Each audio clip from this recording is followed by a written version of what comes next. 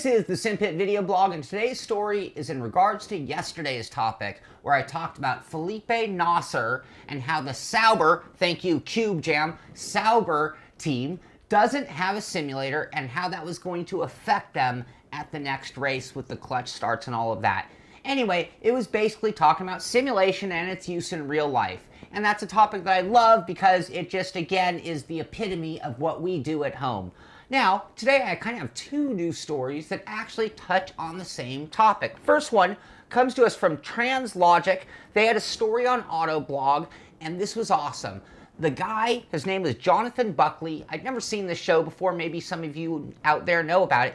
He actually rented, it looked like, a BMW M4, took it to California Speedway, ran on obviously a track day, just like I've talked about doing for anybody out there who wants to do, and looked at his lap times. He then went to CXC Simulations. They did a very, very well-produced show. I'll have the link in the description here. Check out that video, it's very cool. Anyway, he used the CXC Simulations, worked with Chris Considine. They actually drove a Miata for the testing, but then he was able to learn the driving line, work on some techniques for driving, and Chris did a whole bunch of coaching, just like he would have done in a real car, but using the simulator and iRacing in a very, very identical version of the track, different car. Jonathan went back the next day, got in a different M4, and actually did 2 seconds better on his first lap out.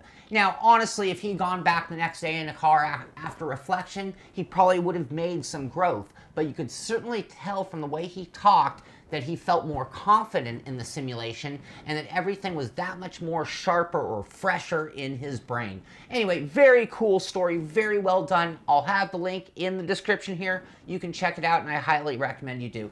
Another one, I'm sure you've seen it. I'm just gonna mention it because it was on NBC Sports. Again, I'll have a link to this one as well. But they've been using Parker Kligerman in the NBC Studios simulator to show off basically what you don't know at home, using simulation to show what you're seeing on TV, but using it as a better demonstration than actually watching live TV and having Parker talk you through it. Anyway, the version of this that I saw the other day was him actually showing off the new aero downforce package, high downforce package that iRacing had provided them to test the car at Michigan to punch a much bigger hole in the air for cars drafting to turn those smaller tracks like California and Michigan into more of a super speedway type driving environment.